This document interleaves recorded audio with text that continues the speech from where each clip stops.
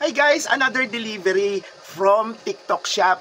Tuwang-tuwa talaga ako dito kasi dalawang ang binili ko sa sobrang tuwa ko. Ito siya oh, kaya lang napansin ko hindi nila binalot ng maigi since siguro matibay naman siya kasi ginawa siya for dogs. Actually, binuksan ko na siya kasi sa sobrang excitement namin ni ate, pinalaro kagad namin siya sa mga aso. But anyway, explain ko sa inyo ha. Tingnan nyo, ito yan siya oh.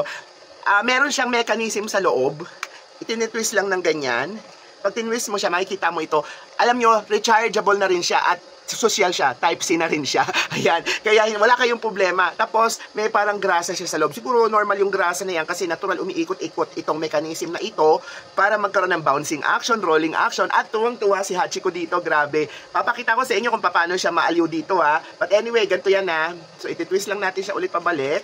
At natuwa, isa pang natuwa ako ha, medyo may pagka-water resistant siya. Hindi siya basa-basa napapasok ng tubig. Tapos, itong botones na ito yung pang switch on. O nga, no, hindi ko nakita yun. Paano kaya yun?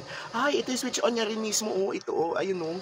Napipindot pala yan. Okay. So, pagka ibabalik nyo siya, kailangan saktong-sakto at tama yung, parang may polarity siya. Ayan. Dalawang binili ko. Actually, may iba pa siyang kulay. Kaya lang sabi ko, si Hachiko blue, tapos si Tutube, may instruction manual. Si Tutube, orange, di ba? Ngayon, tingnan natin to. Ipapakita ko sa inyo, ha. So, ito yung i-on natin siya. Ay, sobrang aliwanag, no? I-on natin siya. Ayan. Tapos, ayan, oh. Ayan, oh. Nagkakaroon siya ng bouncing action. Ayan. Pero papakita ko sa inyo pag nasa sahig siya. Syempre, pag nasa palad ko, paano kaya yun? Ayun. I-off mo siya. Pipindutin mo lang siya. Pakita ko sa inyo, ha. Ayan. Gusto na ni Hachiko. Pakita ko sa inyo. Wait lang, ha. Ayan, oh. Tingnan mo ito, oh. Ayan. Oh. Ayan. Dali. Ala. Habol mo, dali. Ayan, oh. Ayun, oh. Ayan. Oh.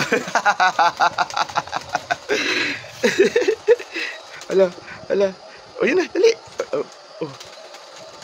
Oh, di ba? Galing, oh. Oh.